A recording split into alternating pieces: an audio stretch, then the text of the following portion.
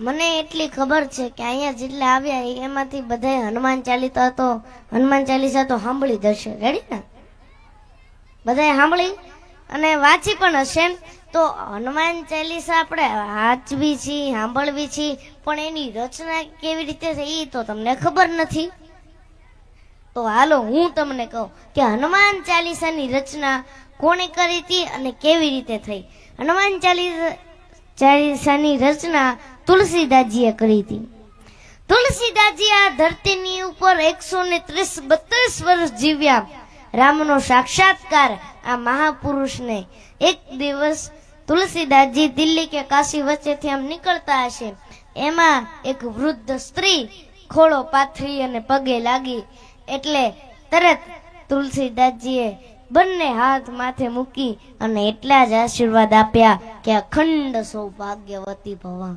એટલે તરત પેલી સ્ત્રીએ કીધું કે મહારાજ આશીર્વાદ પાછા લઈ લો તમે. તો કે કેમ બેન?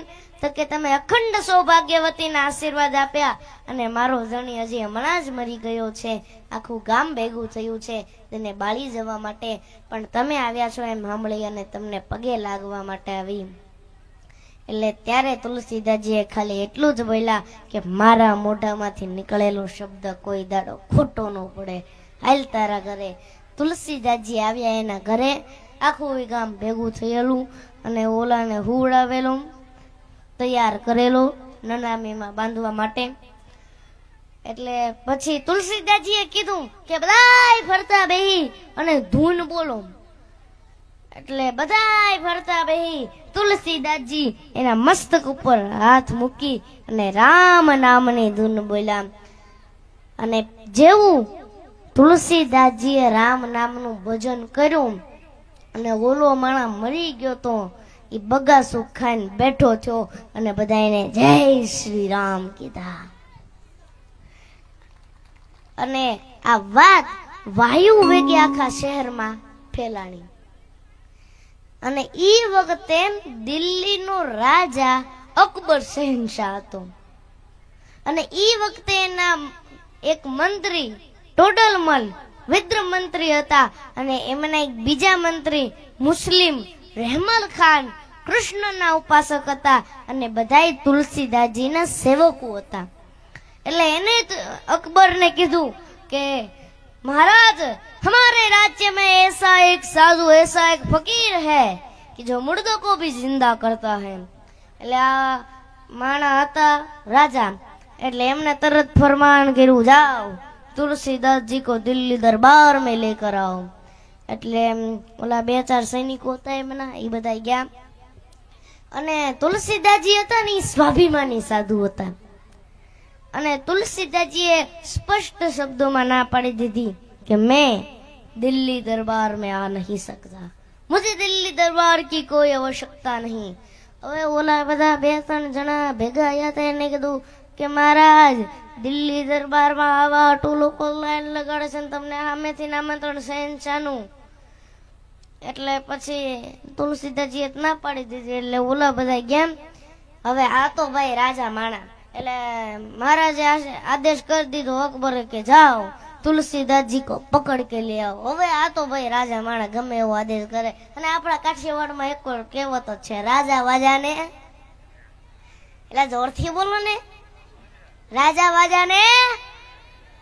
હા, એટલે તરત આમ એલાન કરી દીધું કે જાઓ तुलसीदासजी को पकड़ कर दिल्ली दरबार में लेकर आओ.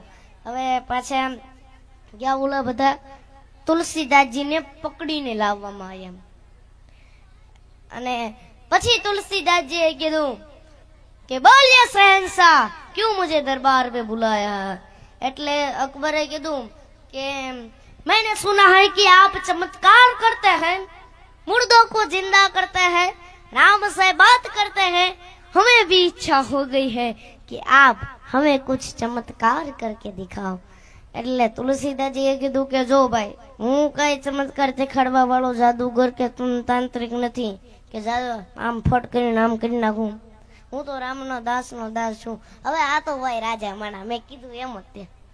એટલે તુલસીદાસજીએ છે ને એવું કીધું. એટલે પછી અકબરે સીધું ફરમાન બીજું કર્યું, જાઓ तुलसीदास जी को कैद कर लो અને તુલસીદાસજીને ફતેપુરની સિકરી છે ને એની જેલમાં પૂરી દીધા.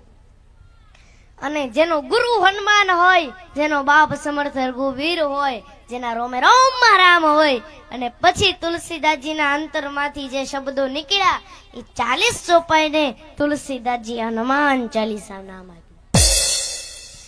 અને પછી આ કાવ્ય જેલમાં લખાયા પછી તુલસીદાસજીએ પાઠ શરૂ કર્યા.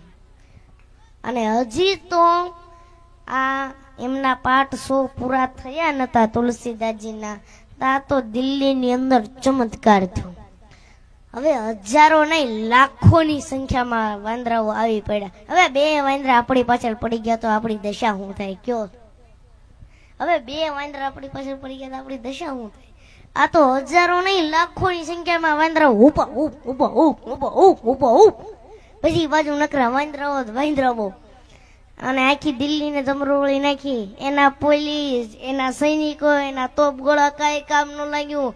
અને કહેવાય છે કે આ એના જે વાંદરાઓના ટોળા હતા એ બધા ભળતા થઈને અકબરના રાજ દરબાર સુધી પહોંચી ગયા મારા બાપ. હવે કોઈ કાબુ ન લઈ શકે કારણ કે બંદૂક ફૂલે ગોળી ન નીકળે. હવે જવું ક્યાં? કોઈ કાબુ ન લઈ શક્યું. 1, 2 અને 3 દિવસ સુધી કોઈ કાબુ ન લઈ શક્યું. અને પછી એક વૃદ્ધ હાફિઝ, ખુદાનો સાચો બંધુ હતો, એને તુલસીદાસજીને જેલમાં પૂર્યા હતા. એટલે ઈ ખુદાનો સાચો બંધુ હતો એટલે એને અકબરને જઈને કીધું કે શહેનશાહ, तुझसे एक साधु का अपराध हो गया है. मैंने सुना है कि तूने एक साधु को बंदी खाने में डाला है. एनी माफी मांगी, हाथ जोड़ी અને સન્માન પૂર્વક છોડી દેજે જો તારી જીવવું હોય તો. અને અકબર પાછો હતો ને બુદ્ધિશાળી માણા હતો, હારા માણાનો સંગ હતો એને. એટલે તુલસીદાસજીને છોડવામાં આવ્યા. અકબરે હાથ જોડી માફી માંગી અને કીધું કે हे महाराज, ये दरबार आपका है, मैं भी आपका हूँ, आते जाते रहिएगा. એટલે તુલસીદાસજીએ કીધું કે હમ વહાં નહીં બેઠતે જહાં વિલાસ હોતા है, हम तो वहां बैठते हैं जहां मेरा हनुमान होता है. અને આપણા હિન્દુ ગ્રંથો જે છે એમાં હોતન લખાણું કે જેવું અકબરે માફી માંગી અને હાથ જોડ્યા એમ વાંદરાઓ બધા અદૃશ્ય થઈ ગયા. અને ખાલી આપણા હિન્દુ શાસ્ત્રમાં લખાણું એવું જ નહીં, કેમ્બ્રિજ યુનિવર્સિટીના મહાન પ્રોફેસર હતા એને પણ લખ્યું છે. અને 2 યુનિવર્સિટીએ રિસર્ચ કરી અને આ વાત એના